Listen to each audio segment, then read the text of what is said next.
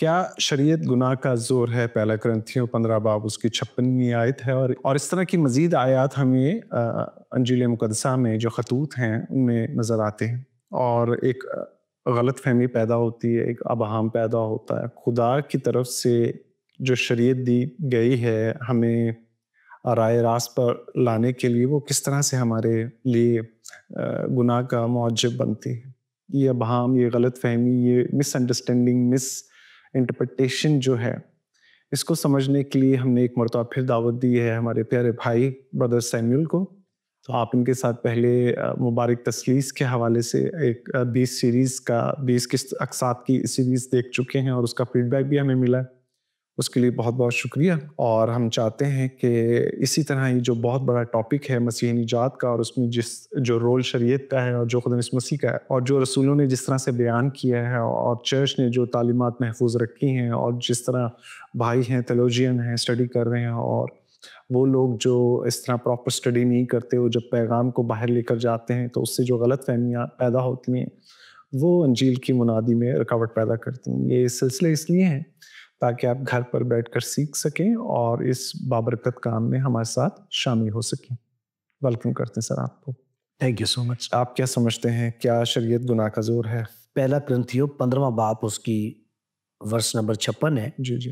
تو اس میں لکھا ہے کہ موت کا ڈنک گناہ ہے اور گناہ کا زور شریعت۔ تو جیسا کہ آپ نے انٹرو میں، اس قسط کے انٹرو میں فرمایا کہ اس طرح کی بہت ساری آیات ہیں، تو کچھ اور پر بھی ہم بات کر لیں گے۔ جب ہم یہ کہتے ہیں کہ شریعت گناہ کا زور ہے، تو عام ذہن کو یہ سمجھ میں آتا ہے کہ شریعت گناہ کو تقویت دیتی ہے۔ ہاں جی۔ زور کا یہی مطلب ہے، شریعت گناہ کو مضبوط کرتی ہے۔ تو شریعت جو ہے، ہم اس کے متحد نہ کبھی تھے نہ ہیں، بلکہ جو متحد تھے ان کو بھی اس نے مول لے کر چھڑایا۔ یہ باتیں آپ یہ درست ہیں، لیکن اس کا مطلب قطعی یہ نہیں ہے کہ ہم شریعت کو منفی اور بری چیز اور خدا کی طرف سے کوئی، یہ شریعت تو الہام ہے، خدا کا کلام ہے، اور شریعت جو ہے وہ راست اور پاک ہے، بائبل مقدس فرماتی ہے۔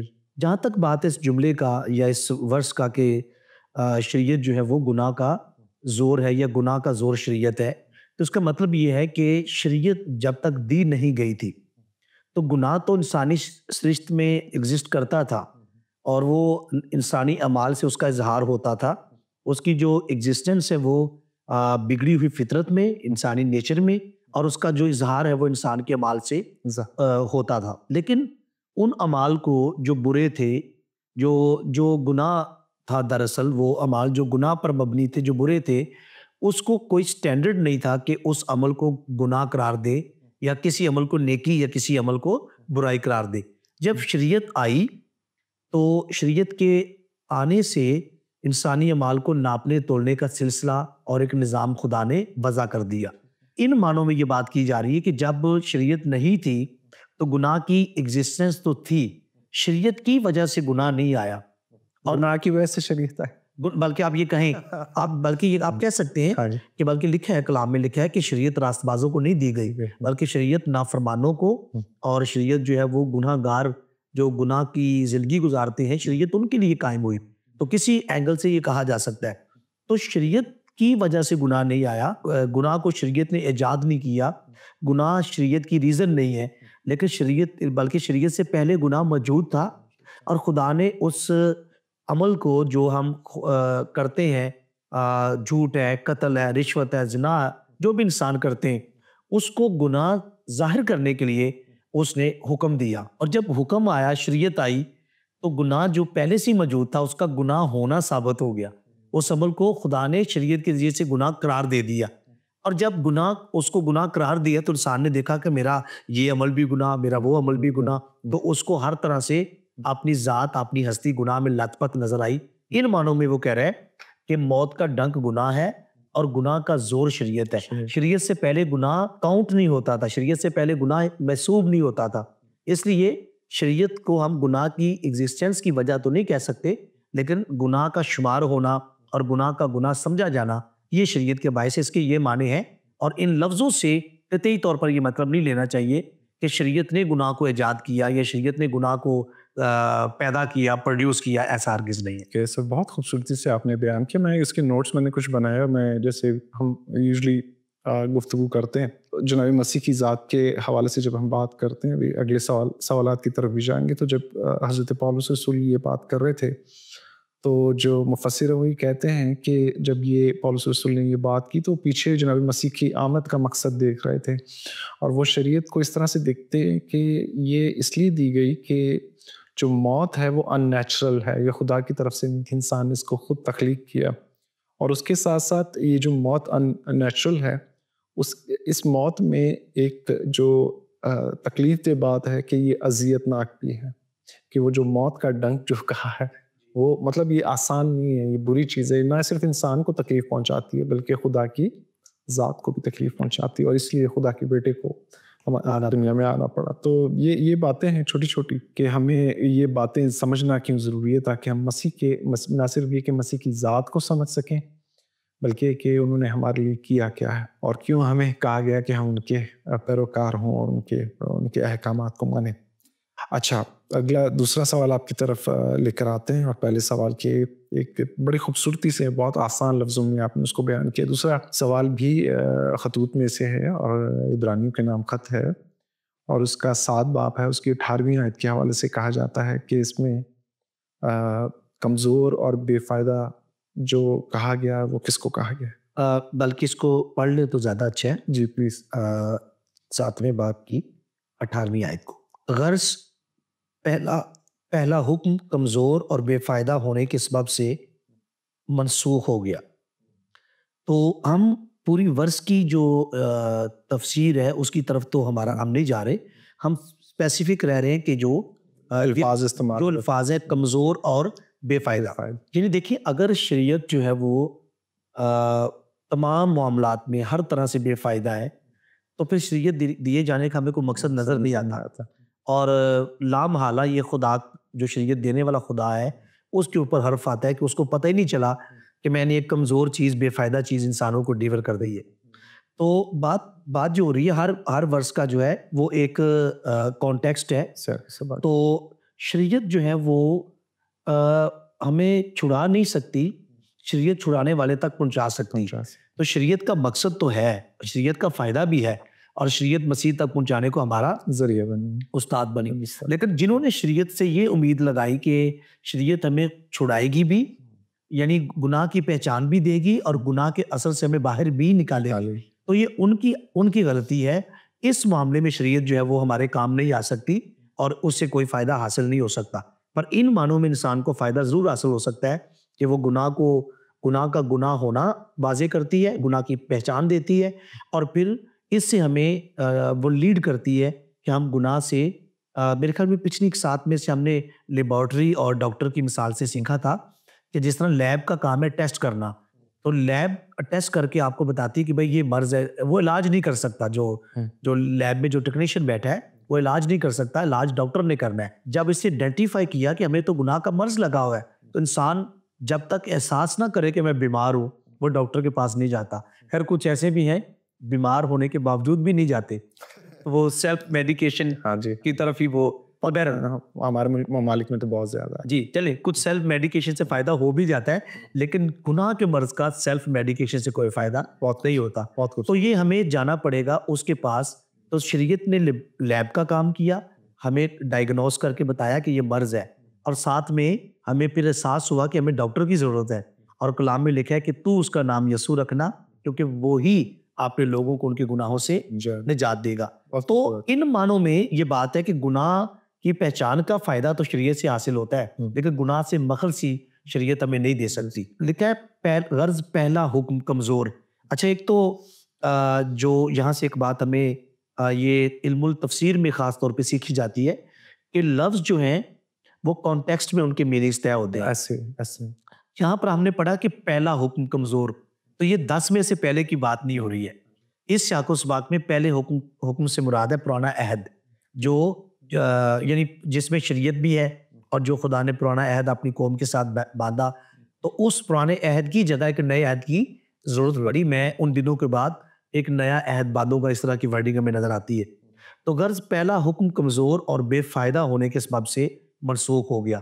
تو چونکہ پہلا حکم سے مراد پرانا عہد ہے اور شریعت پرانے عہد کا پارٹ ہے، تو اس کے کمزور اور بے فائدہ ہونے کا جو مطلب ہے کہ نجات کے لیے مددگار نہیں ہو سکا، مخلصی کا وہ کام نہیں کر سکا، اور اس سے جنہوں نے امید لگائی، حالانکہ خدا نے ایسی کوئی امید دلائی نہیں تھی کہ شریعت جو ہے وہ آپ کو چھڑائے گی. خدا کو اپنا پلان پتا تھا، لیکن پھر بھی خدا نے انسان کو شریعت عمل کرنے کے لیے دی. اگر کوئی عمل کر سکے تو شریعت کے سبب سے وہ بچ جائے گا، لیکن خدا جانتا تھا کہ یہ بگڑی ہوئی فطرت کے ساتھ یہ ممکن ہی نہیں ہے. پھر یہ کرنے کیوں دیا، یا کرنے کا حکم کیوں دیا، اور شریعت کو عمل پیرا ہونے کے لیے کیوں دیا؟ اس لیے دیا تاکہ انسان اپنے ایکسپیرینس سے میک شور ہو جائے، شک و شبہ کی گنجائش نہ رہے کہ میں اعمال سے نجات حاصل نہیں کر سکتا. اس لیے خدا نے اس کو کہا کہ یہ کرو تاکہ کوئی عذر باقی نہ رہے. تو عبرانیوں کے خط میں جو پہلا حکم کہا گیا ہے کمزور اور بے فائدہ ہونے کے سبب سے منسوخ ہو گیا، اس کا مطلب یہ ہے کہ شریعت سے ہم نے ان معنوں میں فائدہ حاصل کرنے کی کوشش کی جو اس کا مینڈیٹ ہی نہیں ہے، یعنی مخلصی اور رہائی. تو وہ اس کا کام نہیں، اس کا جو کام تھا اس نے وہ کیا اور اس میں ہمیں وہ فائدہ پہنچا. Thank you very much. بہت خوبصورتی سے آپ نے یہ بات کہی، اور میں جو نوٹس ہیں کچھ اس میں یہ دیکھ رہا تھا کہ پرٹیکولرلی یہ جو ہے لیویٹیکل پریسٹہوڈ، جیسے ابھی آپ نے جا کے پرانے عہد کی، تو کیونکہ ہمارے لوگ تو آپ نے بہت ہر پروگرام میں تقریباً یہ کہتے ہیں کہ ہم وہ نہیں ہیں بھائی، ہمیں تو ملا ہی نہیں، نہ اس میں شامل ہیں ہم لوگ. تو یہ غلط فہمیاں وہاں سے پیدا ہوتی ہیں جب ہم زبردستی، پنجابی میں کہتے ہیں سر ڈائی جانا ہے. تو وہ جو سر ڈائی جانے والا مسئلہ ہے نا سر، یہ اس کی وجہ سے پرابلم پیدا ہو رہے ہیں. اور آپ کا بہت بہت شکریہ کہ آپ نے ایک مرتبہ پھر آسانی سے ہمیں یہ بتایا کہ الٹیمیٹ سالویشن اور فارگیونیس آف سنس جو ہے یہ شریعت کا مینڈیٹ نہیں ہے. Thanks again. اور الٹیمیٹ سیکریفائس ہے، اس کی طرف یہ اشارہ کر رہی ہے کہ شریعت میں بھی سیکریفائس کا اس میں ذکر تھا، وہ عرض کے طور پہ تھا، اور وہ کرائسٹ کی طرف لے کے جا رہا تھا. ان معنوں میں یہ پرانا عہد اور جو شریعت ہے یہ ہمیں فائدہ نہیں دے سکتے. تھینک یو ویری مچ ناظرین. لیکن آپ کو یہ باتیں سمجھ میں آ رہی ہوں گی، اور اگر کہیں کوئی مشکل مطلب آپ کو مسئلہ درپیش ہوتا ہے یہ پروگرام دیکھنے کے بعد، کیونکہ آپ کو اور بہت سے لوگ ملیں گے جو مختلف تفسیریں پیش کر رہے ہوتے ہیں، مفسروں کو پیش کر رہے ہوتے ہیں، وہ اعتراضات ضرور بھیجیے گا. ڈیٹیلز ہوتی ہیں، موجود ہوتی ہیں کانٹیکٹس کے لیے، اور رابطہ ضرور کیجیے گا. تیسرے سوال کی طرف چلتے ہیں کہ کیا پرانا عہد نامہ موت کا عہد ہے؟ کیا پرانا عہد موت کا عہد ہے؟ ہاں جی، بڑے خطرناک سے الفاظ ہیں سر یہ. جی بالکل. اور یہ دوسرا کرنتھیوں 3 باب اس کی 7ویں آیت ہے. تو اس کو ذرا ہم دیکھ لیتے ہیں. جب موت کا وہ عہد جس کے حروف پتھروں پر کھودے گئے تھے ایسا جلال والا ہوا. چلے ہم پوری آیت نہیں پڑھتے، تھوڑا ٹائم بچاتے ہیں. تو یہاں پر لکھا ہے جب موت کا وہ عہد جس کے حروف پتھروں پر کھودے گئے تھے. تو ڈیفینیٹلی پرانے عہد کی ہی بات ہو رہی ہے. تو یہ ساری چیزیں انسانی ذہن کو نیگیٹیوٹی کی طرف لیڈ کرتی ہیں. اگر سطحی طور پر اپیرنٹلی دیکھا جائے کہ دیکھیں جی اس پرانے عہد کو تو موت کا عہد کہا گیا ہے، اور پھر پرانا جو عہد ہے شریعت اس کا بڑا بیسک پارٹ ہے. تو موت کا عہد اگین وہی ہے، ان معنوں میں ہے کہ جب تک گناہ کا گناہ ہونا ثابت نہیں ہے، رسول یہ کہتا ہے کہ ایک وقت تھا کہ گناہ کے بغیر میں زندہ تھا ایسے. تو اس کا مطلب ہے کہ جس عہد کو ہم موت کا عہد کہہ رہے ہیں، شریعت، جب شریعت دی گئی، اور شریعت کیا تقاضا کرتی ہے کہ عمل کیا جائے، اور شریعت دینے والے خدا کو پتا تھا کہ انسان بگڑی ہوئی فطرت کے ساتھ شریعت پر عمل کرنے سے قاصر ہے، پھر بھی اس نے دی. کیوں دی؟ تاکہ انسان کو بھی پتا چلے کہ میں خدا کے بغیر میں کچھ نہیں ہوں، اور میں اپنی مخلصی اور نجات کا انتظام خود نہیں کر سکتا. تو جب اس نے عمال کر کے دیکھا، شریعت کے اوپر عمل کر کے دیکھا، کرتے کرتے تھک گیا، اور 1450 سال مسیح تک شریعت کا دور، جو آپ کہنے کہ موسوی شریعت 1450 سال کے بعد شریعت نے اپنا رزلٹ اناؤنس کیا، اور رزلٹ یہ نکلا ایک بھی راست باز نہیں، کوئی پاک نہیں. یعنی عمال سے کوئی شخص بھی خدا کے حضور راست باز ٹھہر ہی نہیں سکتا. رومیو 3:20 میں لکھا ہے کوئی بشر نہیں ٹھہر سکتا. جب شریعت دی گئی اور انسان نے عمل کرنے کی کوشش کی، اور اس کا رزلٹ یہ نکلا کہ وہ شریعت کو توڑنے کا اور شریعت کے حکم کے خلاف عمل کا ارتکاب کر بیٹھا انسان. تو جب شریعت کو توڑا گیا، حکم کو بریک کیا گیا، تو اس کا نتیجہ کیا نکلے گا؟ گناہ کی مزدوری موت ہے. تو ان معنوں میں اس عہد کو موت کا عہد کہا گیا ہے. اگین اس موت کا آغاز، جیسے کہ آپ نے بات کی کہ کہ خدا نے آدم کو نہ مرنے کے لیے بنایا تھا، بلکہ اس نے تو یہ کہا تھا کہ تو پھل نہ کھانا، جس روز تو نے کھایا تو مرا۔ تو یہ جو موت ہے جس کو ان لفظوں میں بیان کیا گیا ہے، وہ میرے اور دیگر انسانوں کے گناہ کی وجہ سے ہے، گناہ کی مزدوری موت ہے۔ تو اس لیے پرانے عہد کو موت کا عہد کہا گیا ہے کہ وہ انسانی اعمال پر بیس کرتا ہے، اور انسانی اعمال جو ہے وہ غلطی اور خطا سے مبرہ نہیں ہو سکتے۔ جہاں شریعت کے خلاف کوئی کام ہوگا اور وہاں پر وہ گناہ شمار ہوگا تو گناہ کی مزدوری موت، گناہ کی موجودگی دراصل موت کی موجودگی ہے۔ تو ان معنوں میں پرانا عہد چونکہ عمل کی بات کرتا ہے اور عمل ہمارا نقص سے پاک نہیں ہے، جہاں پر عمل میں نقص آیا وہاں پر گناہ کے ہم مرتکب ہوئے اور گناہ کی مزدوری موت کی صورت میں ہمیں نظر آتی ہے۔ اس لیے اس کو کہا گیا کہ وہ شریعت کے عہد چونکہ عمل کی بات کرتا ہے، انسانی عمل خطا سے مبرہ ہے نہیں ہے، تو جہاں پر شریعت کا حکم ٹوٹے گا تو ہم موت کے سزاوار اور موت کے حقدار ٹھہریں گے۔ بہت خوبصورت۔ میں ابھی آپ جب یہ گفتگو کر رہے تھے تو میں یہ دیکھ رہا تھا کہ جو ہم دوسرے دنیاوی علوم حاصل کر رہے ہوتے ہیں، اور وہ لوگ زیادہ تر جو ان آیات یا ایسے الفاظ پر اعتراضات اٹھاتے ہیں، وہ لوگ ہیں جو اکثریت وہ ہیں جو ایماندار نہیں ہیں۔ لیکن آپ دیکھیں ان کی زندگی میں وہ جو کام کر رہے ہوتے ہیں میڈیکل سائنسز میں یا دوسرے کام میں، اس میں وہ موت ہی کے خلاف کام کر رہے ہوتے ہیں۔ آپ یہ دیکھیے، لیکن جب بائبل یہ بات کرتی ہے، بائبل موت کی وجہ میں جس کو لوگ ڈینائی کرتے ہیں گناہ کو، جب اس کی بات کرتی ہے تو وہ برا منانا شروع ہو جاتے ہیں، کیونکہ یہ ان تمام انسانوں کے وہ جو بہت بڑے بڑے لیڈرز ہوتے ہیں ان سے ابو ایک ہستی کے آگے سر جھکانے کی بات کرتی ہے، اور اس کی طرف سے علاج جو ہے جو اس نے تجویز کیا اس کو فالو کرنے کی بات کرتی ہے، مسیح کے پاس آنے کی بات کرتی ہے۔ اور اس کی جو قیمت ہے اس میں ہم یہ دیکھتے ہیں کہ وہ ایک بڑا مشہور شعر ہے ہمارے یہاں پر، وہ پڑا خودی کب کر بلند اتنا کہ ہر تقدیر سے پہلے خود بندے سے مجھے بتا تیری رضا کیا۔ تو وہ جو چیز ہے وہ جو موت کی طرف لے کے جا رہی ہے اس کو وہ روک رہے ہوتے ہیں۔ بائبل مقدس میں جو خدا کا کلام ہے، لوگ اس چیز کو قبول نہیں کرنا چاہتے، تو پھر وہ ایسے الفاظ کو ڈھونڈتے ہیں، ایسی اسٹیٹمنٹس کو ڈھونڈتے ہیں، کانٹیکسٹ سے باہر آتے ہیں اور پھر بولتے ہیں کہ مسیحیوں کی جو کتب ہیں پاک وہ پڑھنے لائق نہیں ہیں، یا اس زمانے کے جو ضروریات ہیں ان کو پورا نہیں کرتے۔ تو ہمیں اس چیز کو سمجھنا ہے کہ ہم وہی کام کر رہے ہیں جو خدا نے ہمارے دلوں میں ڈالا ہے کہ ہم موت کے خلاف کام کریں، ایمان کی صورت میں ایماندار ہوتے ہوئے، اور قرآن مقدس کو پڑھنے والے، مسیح کو جاننے والے لوگ۔ تو ان جو ناظرین ہیں ان سے درخواست ہے کہ کبھی آپ کے پاس کوئی اس طرح کے اعتراض لے کر آئیں تو یہ پروگرام پہ یہ ہم نے اس کو ڈیل کیا ہے، آپ اس کو دیکھ سکتے ہیں اور دوسروں کو بھی بتا سکتے ہیں۔ اگلے سوال کی طرف چلتے ہیں، اور شکریہ کے ساتھ پاسٹر جی اگلا سوال ہے، کیا شریعت گناہ کو زندہ کرتی ہے؟ جو پچھلے کویسچن پہ میں چھوٹی سی بات کرنا چاہوں گا۔ موت کا وہ عہد جس کے حروف پتھروں پر کھودے گئے تھے، ہم جانتے ہیں کہ پتھروں پر خاص طور پر 10 کمانڈمنٹس جی جو وہ خدا کی لکھا ہے، خدا نے لکھے، جی کندہ کیے گئے تھے یا کھودے گئے تھے۔ آپ کو چونکہ باقی جتنے احکامات ہیں اس پہ تھوڑا سا لوگوں کے اوپینین میں ڈفرینس بھی ہے، 613 ہاں جی یا کچھ تھوڑی سی تعداد میں آگے پیچھے جتنے بھی ہیں وہ ان 10 احکامات کی ہی وضاحت ہے۔ تو شریعت کے احکامات جو پتھروں پر کھودے گئے تھے اس کو موت کا عہد کیوں کہا گیا؟ کیونکہ انسان اس پر عمل کرنے سے قاصر، اور جہاں پر عمل کے اندر نقص آئے گا وہاں پر انسان گناہ کا مرتکب ہوگا، اور گناہ کی مزدوری موت ہے۔ تو ان معنوں میں ہے، حالانکہ خدا انسان کو موت دینا نہیں چاہتا۔ تو یہ سچویشن خدا نے کریٹ کیوں کی؟ تاکہ وہ زندگی کی راہ انسان کو وہاں سے دکھا سکے کہ میں خود نہیں بچ سکتا، لہٰذا خدا نے اپنے بیٹے کو بھیجا تاکہ انسان کو بچائے۔ کیا شریعت گناہ کو زندہ کرتی ہے؟ اس کا جو تعلق ہے وہ اس کویسچن کا رومیو 7:9 سے ہے۔ ایک زمانہ تھا کہ شریعت کے بغیر میں زندہ تھا، مگر جب حکم آیا تو گناہ زندہ ہو گیا اور میں مر گیا۔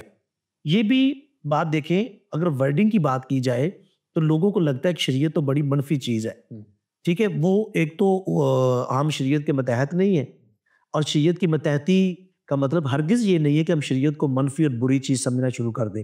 ہمیں ان لفظوں کی ڈیپتھ میں جا کر سمجھنا ہے کہ ایکچولی رسول کہنا کیا چاہ رہا ہے۔ ایک زمانہ تھا کہ شریعت کے بغیر میں زندہ تھا، وہ یہ نہیں کہہ رہا کہ ایک زمانہ ایسا تھا جب میری سرشت میں گناہ نہیں تھا، گناہ تو تھا، اور میں زندہ کیسے تھا؟ کیونکہ گناہ جرم کی طرح، اور وہ برا عمل گناہ کی طرح، جرم کی طرح سزا کے طور پر میرے اوپر منڈلا نہیں رہا تھا۔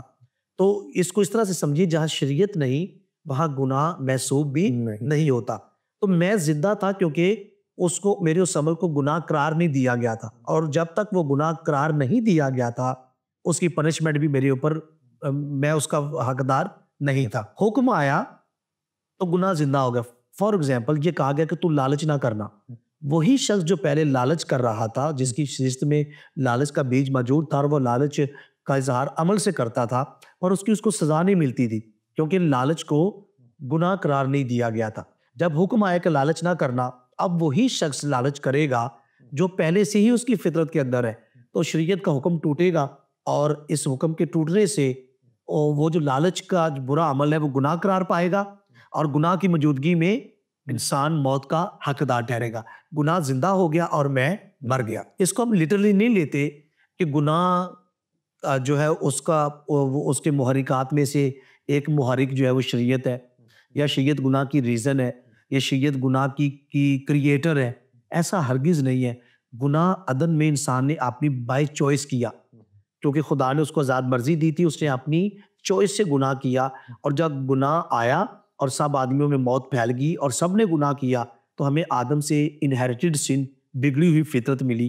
اس بگڑی ہوئی فطرت کی وجہ سے گناہ ہماری صحت کے اندر موجود تھا, اور شریعت نے صرف یہ کام کیا ہے کہ اس نے اسی عمل کو جو شریعت سے پہلے بھی گناہ کی صورت میں ہم کر رہے تھے, گناہ ہونا اس کو قرار دیا ہے, اور اس سے گناہ شمار ہونا شروع ہو گیا, اور گناہ کی موجودگی میں میرے حصے میں موت آئی.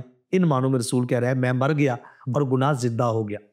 تو اس کی چھوٹی سی مثال سے بھی اس کو سمجھا جا سکتا ہے. دو لوگ بائک پہ بیٹھتے ہیں, ڈبل سواری کرتے ہیں, کوئی جرم نہیں ہے, لیکن جس دن ایک آرڈر آ جائے گا کہ جی آج جو ڈبل سواری کرے گا یا بیٹھے گا وہ سزا کا حقدار ہوگا. اب وہی کام جو پہلے سے ہو رہا ہے, اس حکم کے آنے کی وجہ سے وہ کیا سمجھا جائے گا, جرم سمجھا جائے گا. تو سب کچھ یہی ہوا. شریعت نے گناہ کو ہمارے اندر داخل یا کریٹ نہیں کیا, وہ سب کچھ پہلے سے تھا, اس نے اس کو گناہ قرار دیا, اور جب ہم نے شریعت کو توڑا تو موت ہمارے حصے میں آئی اور میں مر گیا. یہ اس کے اور ایک چھوٹی سی بات کے ساتھ پھر آگے چلیں گے اگلے سوال کی طرف, وہ یہ کہ یہ خدا کے اسٹینڈرڈ کی جو اس کی جو راست بازی کا اسٹینڈرڈ ہے اس کو بھی ظاہر کرتا ہے. اور لوگ اکثر یہ بھول جاتے ہیں کہ ہر کوئی اپنی نظر میں راست باز ہو سکتا ہے, لیکن اس کا راست بازی کا تعلق خدا سے ہے. جی, یہ اس کا اسٹینڈرڈ ہے. اس کے اسٹینڈرڈ کو ظاہر کرنے کے لیے وہ شریعت کو سامنے رکھتا ہے کہ لوگ اس کو دیکھ کر وہ کریں, اور شاید اسی لیے انسان اس کو پورا کرنے سے قاصر ہے کیونکہ یہ خدا کی راست بازی کو ظاہر کرتے. تو یہ کہ شریعت بری نہیں ہے, لیکن یہ گناہ کو زندہ نہیں کرتی. گناہ بلکہ جو ہے وہ موجود ہے, وہ زندہ ہی ہے ہمارے اندر, اور ہم جو ہے اس کا انکار کر کے زندہ رہنے کی کوشش کرتے ہیں, اور بالآخر موت کے منہ میں چلے جاتے ہیں جو ہمیشہ کی موت ہے. اگلے سوال کی طرف چلتے ہیں, اور اگلا سوال بھی اسی طرح کا ہے اور اسی طرح کے الفاظ ہیں, بلکہ اس میں چھوٹا سا مسئلہ یہ ہے کہ یہ جو ہمارے مخالفین ہیں ہمارے ایمان کے, ان کو یہ مدد فراہم کر رہا ہے یہ جملہ جو ہے آیت کا جو حصہ ہے کہ کیا پہلا عہد جو ہے وہ نقص والا تھا. یہ ہبریو میں سے آئی تھنک جی, عبرانیوں 8واں باب اس کی 7ویں آیت ہے. ہاں جی, کیونکہ اگر پہلا عہد بے نقص ہوتا تو دوسرے کے لیے موقع نہ ڈھونڈا جاتا. دیکھیں, سب سے پہلے تو جو ٹرم استعمال ہوئی ہے پہلے عہد کے لیے, عبرانی میں وہ کارت بریت ہے, اور آئی تھنک وہ ڈایا ٹھیکے گریک میں ٹھیک ہے وہ استعمال ہوا ہے, یا آئی تھنک دو ٹرمز ہیں, سن ٹھیکے اور ڈایا ٹھیکے. پرانے عہد کے لیے جو ٹرم استعمال ہوا اس کا مطلب ہے ایک زبردست فریق جو پاورفل ہے اور ایک فریق بڑا کمزور ہے, تو اس نے گویا اس پر ایگریمنٹ کو یا عہد کو امپوز کر دیا, اس سے پوچھا نہیں, اس پر عہد کو امپوز کر دیا. ٹھیک, یہ برابری کے لیول والا ایگریمنٹ نہیں ہے. جب عہد کو امپوز کیا گیا ہے تو یہ عہد انسان اور خدا کے درمیان ہے. خدا زبردست پاورفل فریق ہے اور انسان کمزور اور بے بس فریق ہے. اور جب امپوز کیا ہوا عہد نقص والا ہوگا تو انسان نے تو اس عہد کو بنایا نہیں, انسان کو تو وہ دیا گیا, تو پھر سارا جو آپ سمجھے کہ ملبہ ہے یا اس خرابی کا جو حرف ہے وہ خدا پر آئے گا. تو اسے کیسا عہد دیا جو ہے جس کے اندر نقص تھا, خرابی تھی, جس کے اندر پرابلم تھی, جو اپلیکیبل نہیں تھا, نجات کے لیے کافی نہیں تھا. تو اس طریقے سے خدا کی ذات کے اوپر حرف آئے گا. تو یہاں لکھا ہے کہ اگر پہلا عہد بے نقص ہوتا تو دوسرے کے لیے موقع نہ ڈھونڈا جاتا. اس آیت کو ہم جب کانٹیکسٹ میں دیکھیں گے تو کسی بھی ایگریمنٹ کے دو فریق ہوتے ہیں. زبردست فریق خدا نے جب عہد دیا تو چونکہ یہ ہمارا ٹاپک نہیں ہے, ہم ایک اسپیسیفک ان ورڈنگ کے اوپر بات کر رہے ہیں, لیکن یہ ضروری ہے, میں اس کو تھوڑا سا بیان کرنا چاہوں گا.